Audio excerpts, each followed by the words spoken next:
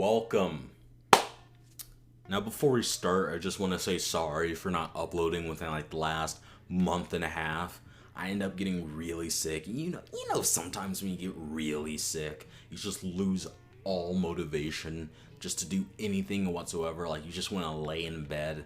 That was me, and it's taken quite a few weeks for me to build that motivation back up so that I can make more quality content like Kimetsu no Yaiba chapter 170 review. Now, this is specifically a chapter 170 review, but like I've been holding in like a certain criticism about like the last couple of chapters for this month and a half, and I just need to let it out, you know. I know I've kind of already talked about this, and I'm sure a bunch of other Kimetsu no Yaiba YouTubers have too, but I just need to get it off my chest, and that is Breath of the Moon.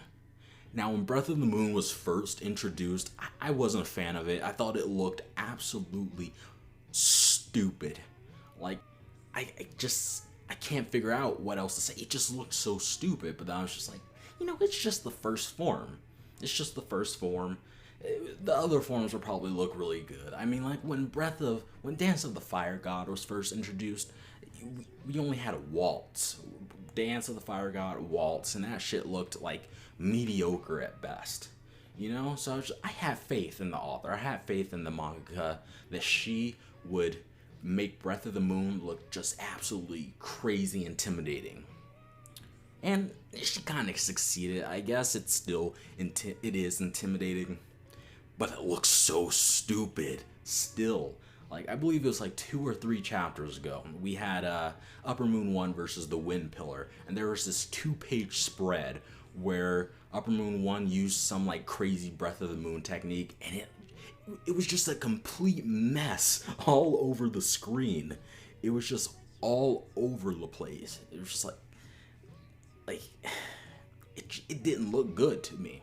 It just didn't. It was a complete mess. Like, I know the little small crescent moons are relevant to the technique. It's little slices in the air that come with the big slice, I guess you could say. But still, it just, I don't know. Like, I understand the difficulty of successfully, like, making Breath of the Moon look good. Like, with the other breaths, it's simple, Breath of the sun, alright, just put the sword on fire. Breath of water, make water come out the sword. Breath of thunder, lightning come out the sword. It's simple. Those are simple. But Breath of the Moon, you gotta actually stop to think about it. So I understand the difficulty of making Breath of the Moon. It's just, I don't like it. It just doesn't look good. It's living up to the hype in terms of power, because everyone expected Breath of the Moon. I feel like everyone did. Everyone was joking about it. Everyone was expecting it.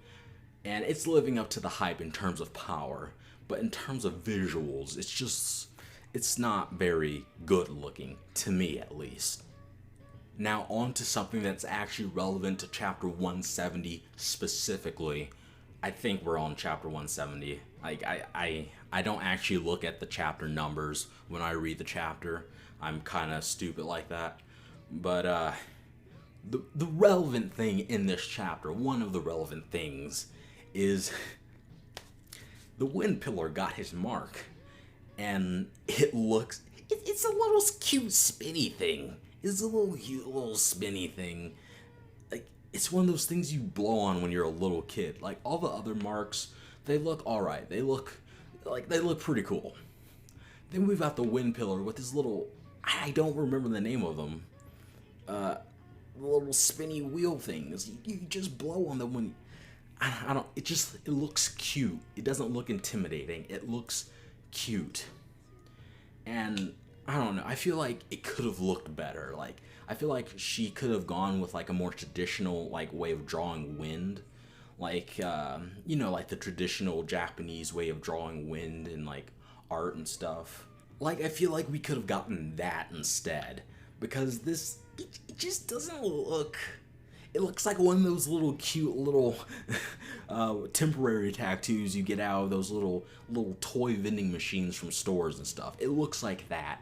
And it's especially stupid looking on the wind pillar. This guy with like this crazy hair, these scars all over his face, this twisted fucking psychopath face, and he has a little spinny thing on his face.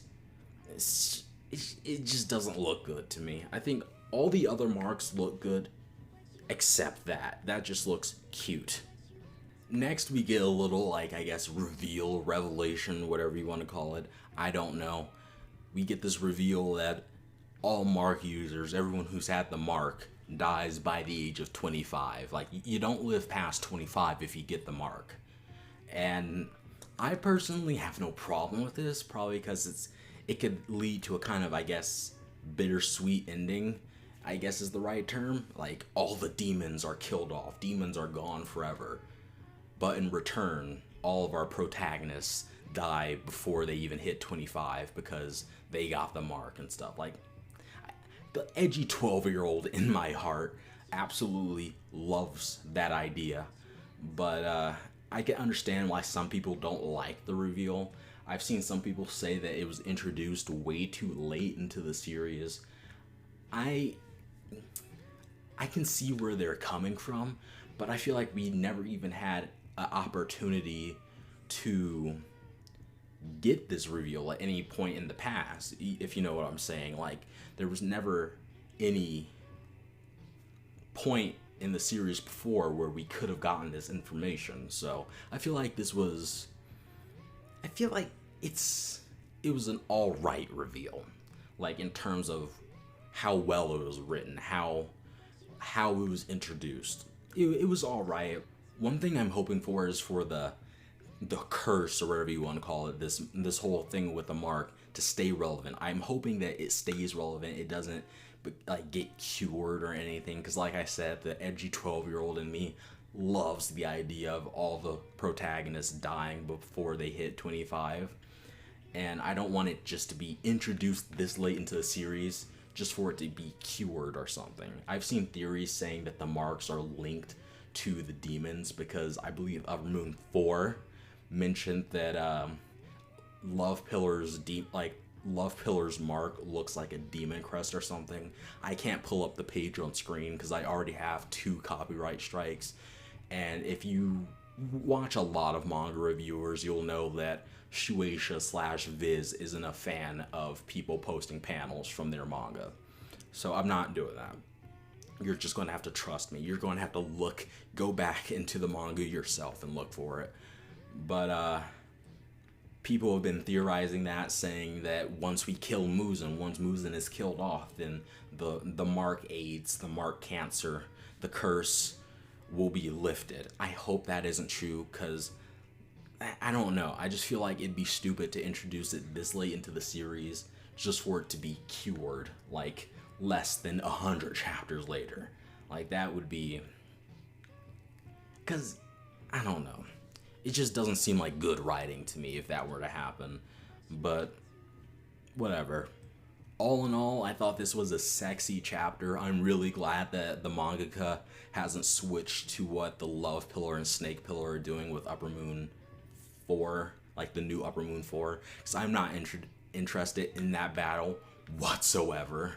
Like, it's just not interesting to me, and I'm glad that we're sticking with Upper Moon 1. I'm really wondering how they're going to beat Upper Moon 1 at this point, because we've got the whole posse coming in to fight this fucker, and he's barely taking any damage. So I'm really wondering how Upper Moon 1 is going to be defeated.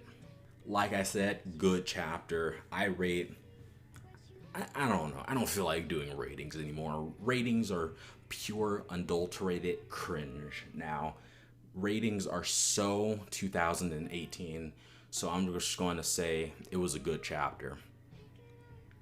Alright, that's the end of the video. If you got this far, thank you. I'm sorry for being gone for this long. Like I said, I got really sick. It's going to take a little bit of time for me to build up my, I guess, the momentum I had back before I took that little break. Because before I took the break, I was like putting out 2 or 3 videos a week. I probably won't be making another video this weekend, so sorry, no Black Clover review this weekend, unless I just really get in the mood. But next week probably. And hopefully I get off my lazy ass and start reading more manga so I can review more series. I kind of want to start reviewing One Piece, but I don't know. But yeah, thanks for watching. Like, comment, and subscribe. See you, Brofist. Bye.